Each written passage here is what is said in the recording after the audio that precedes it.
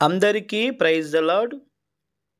ఈరోజు దేవుని పరిశుద్ధమైన వాగ్దానము. తన యందు భయభక్తులు గలవారి కోరిక ఆయన నెరవేర్చును, వారి మొర ఆలకించి వారిని రక్షించును. కీర్తన గ్రంథము 145వ అధ్యాయము 19వ వచనం. ఈ వాక్యాన్ని క్రమం తప్పకుండా వింటున్నటువంటి ప్రియ సహోదరుడా సహోదరి, మరొకసారి ప్రభుపేట మీ అందరికీ కూడా వందనాలు చెల్లిస్తున్నాను. ఈ దినాన్న ప్రభు మనకు అనుగ్రహించినటువంటి వాగ్దానము, తన యందు భయభక్తులు గల వారి కోరిక ఆయన నెరవేర్చును, వారి మొర ఆలకించి వారిని రక్షించునని ప్రభువు మాట్లాడుతూ ఉన్నారు. నిజమే, మన జీవితాల్లో మన యొక్క కోరికలు తీర్చబడాలి అంటే మనము తప్పనిసరిగా ఆయన యందు భయభక్తులు ఉంచాలని వాక్యము సెలవిస్తూ ఉంది. ఈ దినాల్లో అనేక మంది దేవుని సన్నిధిలో భక్తి కలిగినటువంటి వారిగా ఉంటున్నారు, కానీ దేవుని యొక్క భయము కలిగినటువంటి వారిగా అనేక మంది జీవిస్తూ ఉన్నారు.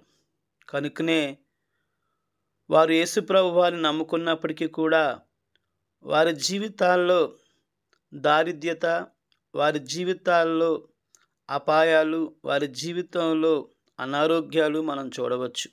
కానీ దేవుని యొక్క వాక్యం సెలవిస్తూ ఉంది, ఎవరైతే ఆయన యందు భక్తి మరియు భయాన్ని కూడా కలిగి ఉంటారో, ప్రభువు నన్ను చూస్తూ ఉన్నారు, ఆయన చిత్తాన్ని నేను నెరవేర్చేవాడిగా ఉండాలి, ఆయన ఉద్దేశాన్ని జరిగించేవాడిగా ఉండాలి అని ఎవరైతే తీర్మానం చేసుకుంటారో వారి యొక్క కోరికలను ఆయన నెరవేర్చేవారిగాను, ఆపద కాలములో వారు దేవుని సన్నిధిలో మొరపెట్టినప్పుడు వారి మొర ఆయన ఆలకించి జవాబు ఇచ్చేవారిగా ఉన్నట్లుగా మనము గమనించవచ్చు. కనుక ప్రియ సహోదరుల సహోదరి, నీ జీవితంలో ప్రభునందు భయభక్తులు కలిగి ఉన్నావా?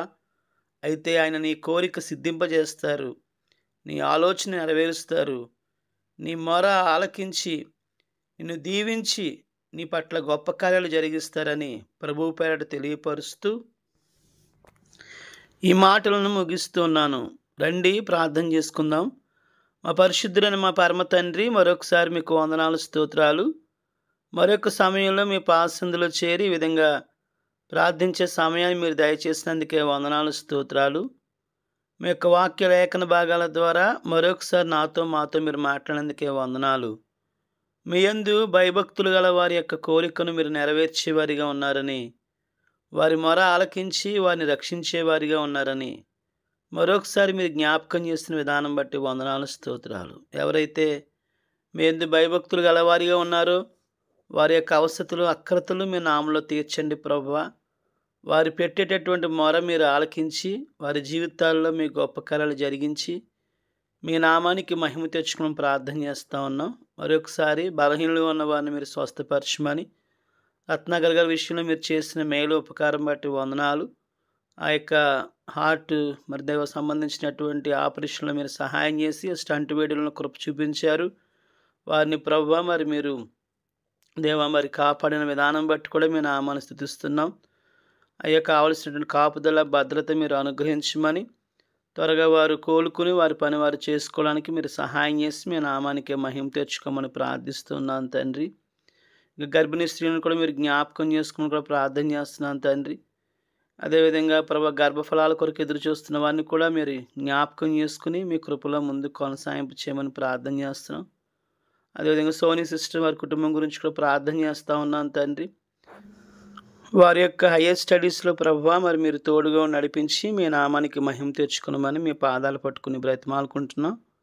ఎగ్జామ్స్ రాస్తున్న బిడ్డలకు కూడా మీరు తోడుగా ఉండండి తండ్రి. వారికి కావలసిన జ్ఞానం ఇచ్చి నడిపించి మీరే మహిమ పొందుకుని ప్రార్థన చేస్తూ ఈ వాక్యాన్ని వింటున్న ప్రతి కుటుంబాన్ని పేరు పేరుని దీవించమని ఆశీర్వదించమని ప్రభువా యేసు నామమున స్తుతించి ప్రార్థించి బ్రతిమాలి వేడుకొనుచున్నాము పరమ తండ్రి, ఆమేన్. మన పరమ తండ్రి అయిన దేవుని ప్రేమ, కుమారుడైన యేసుక్రీస్తు కృప, పరిశుద్ధాత్మని యొక్క అన్యోన్య సహవాసము కూడి ఉన్న మనకును సకల పరిశుద్ధులకును సదాకాలము తోడై నడిపించును గాక. ఆమేన్.